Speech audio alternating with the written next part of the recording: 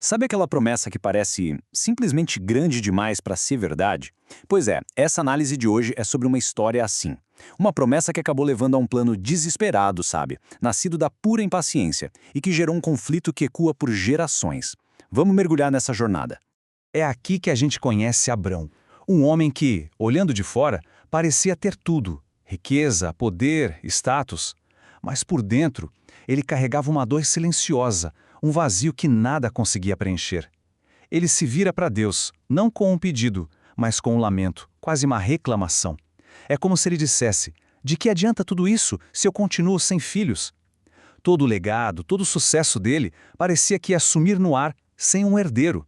E aí que está o grande paradoxo que move essa história toda. Como é que uma nação inteira pode nascer de um homem que não consegue ter um único filho? É exatamente essa tensão, sabe? Esse abismo entre o que foi prometido por Deus e a realidade dura, a realidade humana que prende a gente nessa narrativa.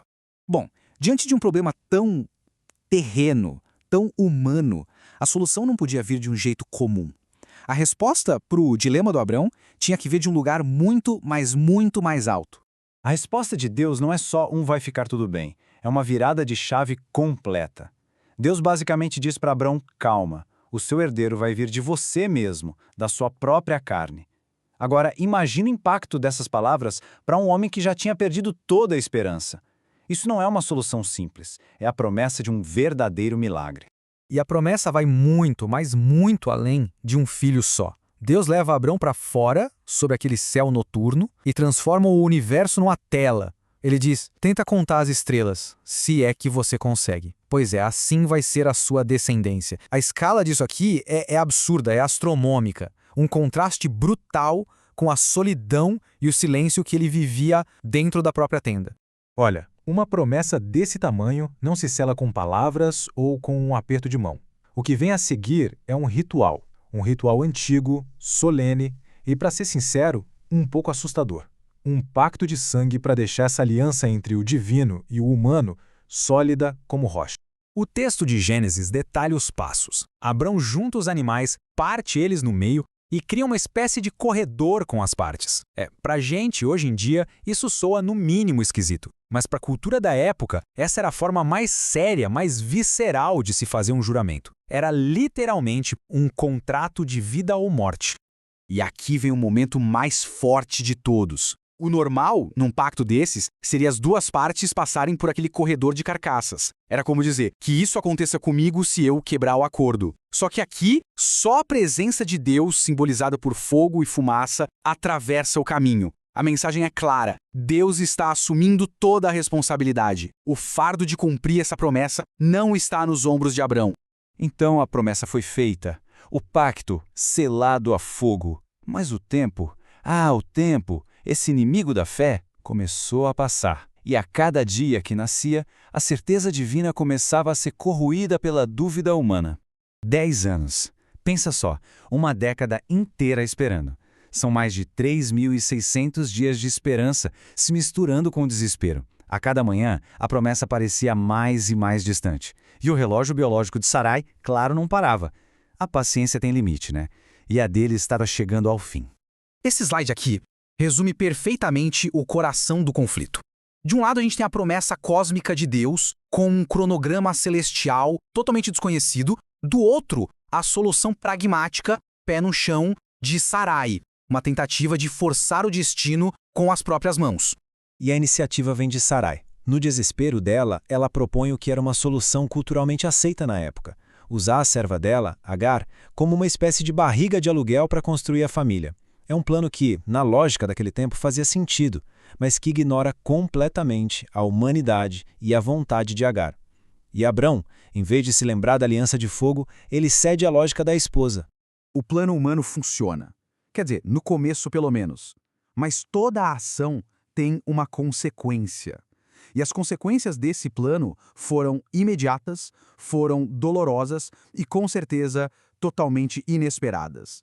Agar engravida. Deu certo, Mas com a gravidez, a dinâmica de poder dentro daquela casa vira de cabeça para baixo. Agar, a serva, de repente carrega o herdeiro, e Sarai, a senhora da casa, é confrontada com a própria esterilidade de um jeito brutal, todo dia. A solução virou a fonte de um conflito terrível.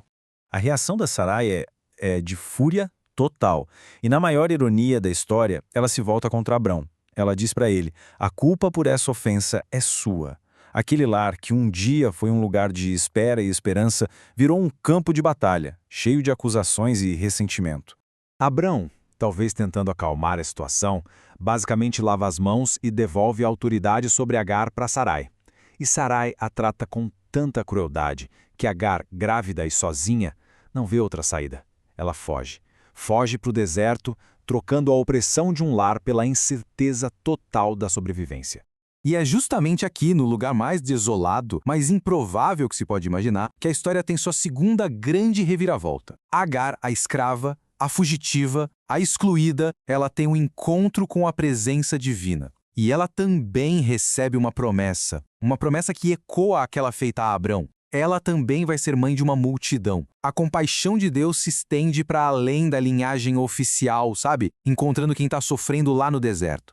Aquele encontro no deserto muda absolutamente tudo. Agar volta, não mais como uma simples serva fugitiva, mas como uma mulher que também carrega uma promessa divina. O resultado do plano humano agora está para sempre ligado ao plano divino, preparando o terreno para um futuro de rivalidade, mas também de proximidade e coexistência. O anjo diz para Agar dar o nome de Ismael ao filho dela, que significa Deus ouve. Esse nome não é só uma identificação, é um testemunho eterno. Cada vez que esse nome fosse dito, seria um lembrete de que Deus ouviu o clamor de uma escrava desesperada e sozinha no meio do deserto. Essa tabela aqui resume a nova e bem complexa realidade. Agora, duas linhagens, duas sementes de nações existem sobre o mesmo teto. Uma nascida da impaciência humana, da dor. A outra ainda aguardando o tempo de Deus.